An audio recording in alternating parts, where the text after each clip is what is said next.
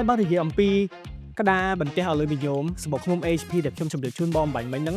គឺក្រុមហ៊ុនបរិយាពេញហួតរបស់យើងយកមកធ្វើជូនអតិថិជនមុនដំបូងគេបំផុតក្នុងប្រទេសកម្ពុជាយើងទៀត សូម្បីតែឈ្មោះក៏មិនធ្លាប់ឮដែរជឿជាក់ថាអតិថិជនពិតជាចាប់អារម្មណ៍ណាស់មែនទេ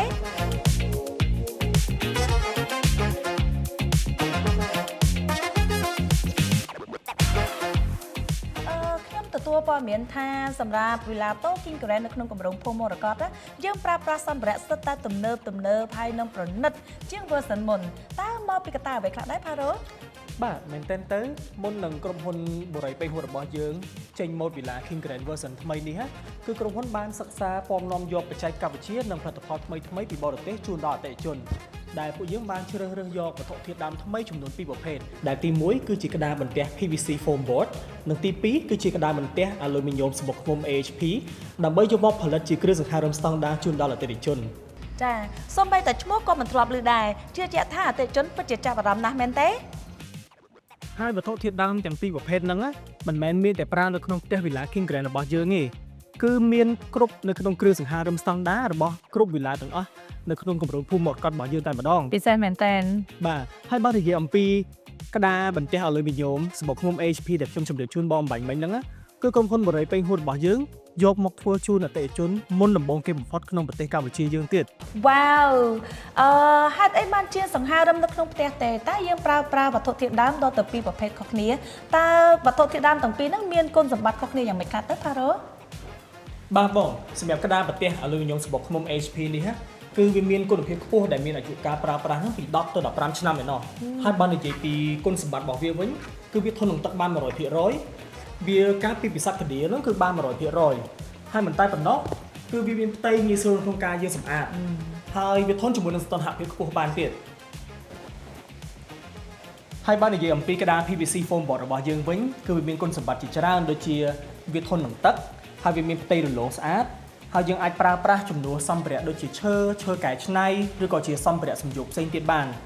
ហើយអ្វីដែលពិសេសរបស់វានោះគឺយើងអាចពុតកោងឬក៏ធ្វើជាក្បាច់ល្បាក់ជ្រីតុបតែងបានយ៉ាងល្អផងដែរវ៉ាវភ្ញៀវឮហើយច្បាស់ជាមានទំនុកចិត្តនិងការពេញចិត្តកាន់តែខ្លាំងសម្រាប់សង្ហារឹមនៅក្នុងវិឡាដ៏ធំស្កឹមស្កៃនេះខ្ញុំឃើញថាក្រុមហ៊ុនរបស់យើងបានគិតគូរល្អិតអន់មែនតើផារ៉ូមួយវិញទៀតតើសម្ភារៈទាំងអស់ហ្នឹងមិត្តរាដែលយើងយកមកប្រើប្រាស់ហ្នឹងគឺយើងយកទៅផលិតធ្វើជាសង្ហារឹមអ្វីខ្លះដែរបាទគ្រឿងសង្ហារឹមដែលយើងយកមិត្តរាទាំងអស់នេះទៅប្រើប្រាស់ហ្នឹងគឺមានដូចជាផ្ទាំងជញ្ជាំងដេកខ្ពស់សុំច្រកចូលបរិវេណទទួលភ្ញៀវទូតាំងទូរទស្សន៍ជញ្ជាំងដេកនៅបរិវេណចន្លាយន្តសុំដេកជំនាញផ្ទះសម្រាប់បរិវេណទទួលទានអាហារវិញមានដូចជាសុំទូតាំងសម្ភារៈទូចង្ក្រានបាយលើក្រោមនិងមីនីបារទូតាំងសម្លៀកបំពាក់និងទូតាំងកាបូបបុរសស្ត្រីក្នុងបន្ទប់គេងមេគ្រួសារពិសេសមែនតើផារ៉ូបងស្ដាប់ឡើងជក់ចិត្តតែម្ដងចុះក្រៅពីសម្ភារៈដែលណៃបានរៀបរាប់អំបញ្ញមិញហ្នឹងតើនៅក្នុងផ្ទះវិឡាដ៏ធំស្កឹមស្កៃនេះយើងមានផ្ដល់ជូនជាសម្ភារៈអ្វីបន្ថែមទៀតដែរបាទក្រៅពីសង្ហារឹមខាងលើយើងក៏បានបំពាក់អំពូលភ្លើងបំភ្លឺដែលអាចបញ្ជាដោយប្ដូរពីពណ៌ថ្ងៃទៅពណ៌ត្រជាក់គ្រប់ជ្រុងក្នុងបរិវេណផ្ទះ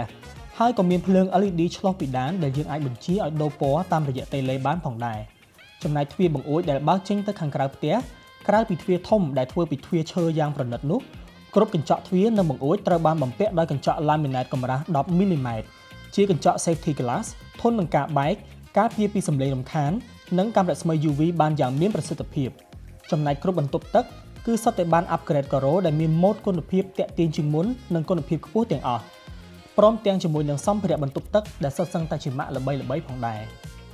អរគុណច្រើនផារ៉ូដែលបានពន្យល់យ៉ាងក្បោះក្បាយខ្លាំងមែនតែម្ដងនេះខ្ញុំជឿជាក់ថាសម្រាប់អតិថិជនទាំងអស់គ្នានឹងយល់កាន់តែច្បាស់អំពីសម្ភារៈផ្ដល់ជូនក៏ដូចជាគុណភាពសំណង់របស់បរិយាពេញហួតសម្រាប់អតិថិជនទាំងអស់គ្នាដែលចង់ដឹងកាន់តែច្បាស់សូមគោរពអញ្ជើញមកទស្សនាផ្ទះគំរូវិឡា King Grand នៅក្នុងគម្រោងភូមិមរកត